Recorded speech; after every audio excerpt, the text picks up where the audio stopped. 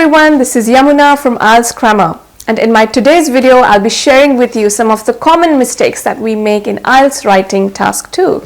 If you want to crack your IELTS, please subscribe to our channel and hit the bell icon to never miss any updates. Hello everyone, welcome back to my channel. Now my today's video is a special one. I'll be sharing with you some secrets that I learned from different IELTS examiners about the assessment of writing task 2.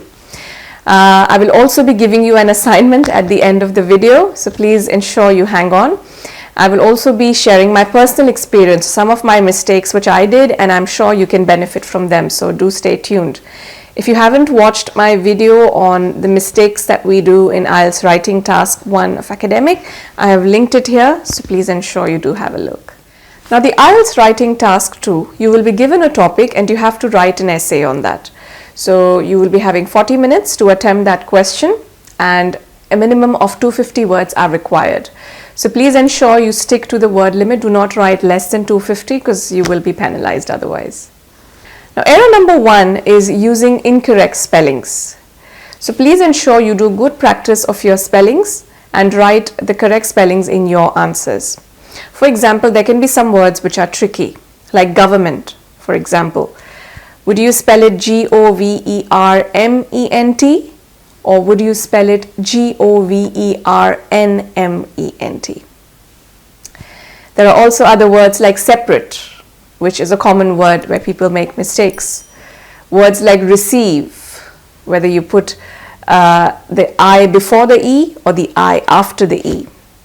There are also words like until. Do you put a double L in the end or just a single L?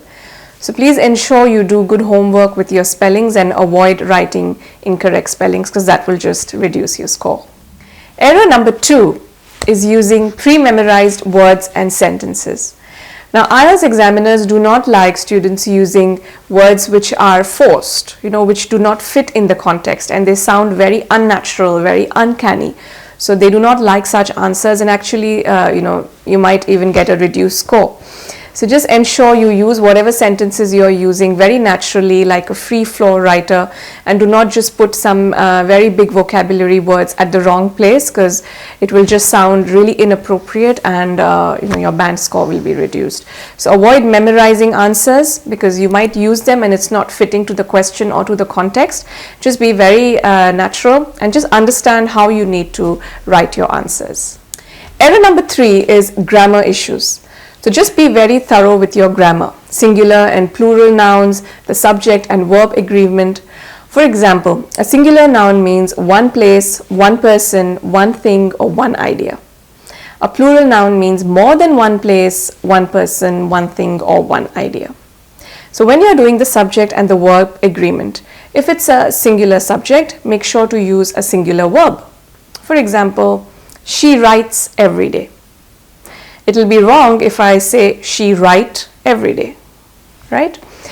And when you're using a plural subject, make sure to use a plural verb. For example, they write every day. If I say they writes every day, it will be wrong. So just make sure to use these very fine things. They're very easy to ignore and neglect when you're writing. But be very mindful because these will contribute to getting a good score, and if you ignore these things, it will contribute to getting a bad score. Error number 4 is using only simple sentences.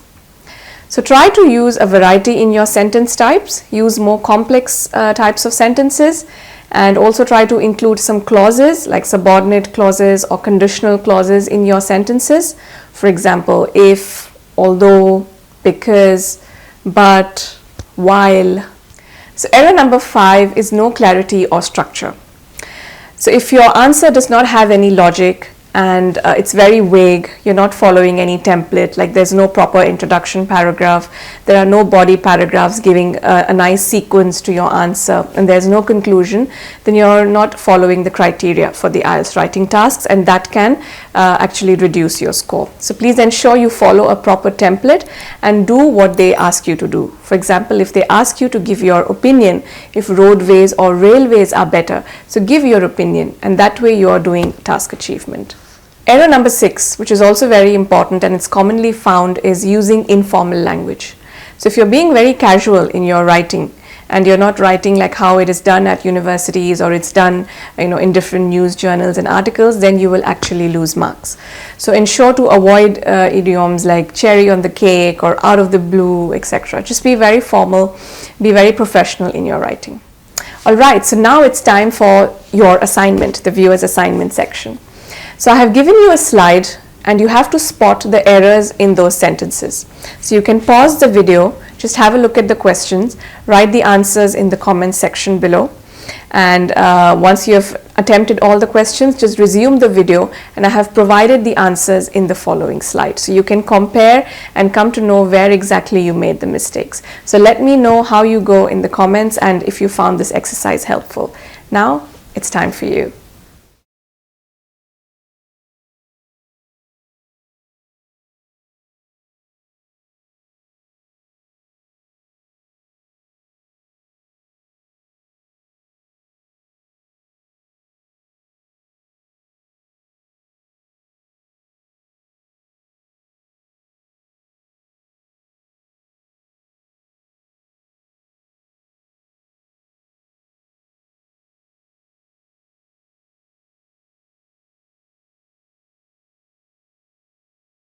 Okay, and now we are into the section where I will share my personal experience with you. So I will share one positive and one negative experience with regards to the IELTS writing. So not negative, but something which really helped me to improve. So coming to the positives, I took the computer-based test more because I'm good with typing. My typing speed is good. So if I make a mistake, I could just backspace and correct it and then continue. When I start to write, it becomes very messy and my whole answer would not be very presentable. So it all depends on you. You can decide if you're good at typing, then go for the computer-based test. If you're good at writing and the examiner will not have an issue reading your answer, then attempt for the paper-based test. Now coming to the improvement side for my IELTS. For my IELTS writing task 2, I was asked to give my opinion for one of the answers. And the opinion that I gave was very vague. It was not clear whether I actually supported any one side. So that actually reduced my marks. So my tip for you is when you're writing your answers and if they ask you to give an opinion, just give an opinion, whatever you feel is right, but also be mindful to be respectful and not offend any country, place or section of society.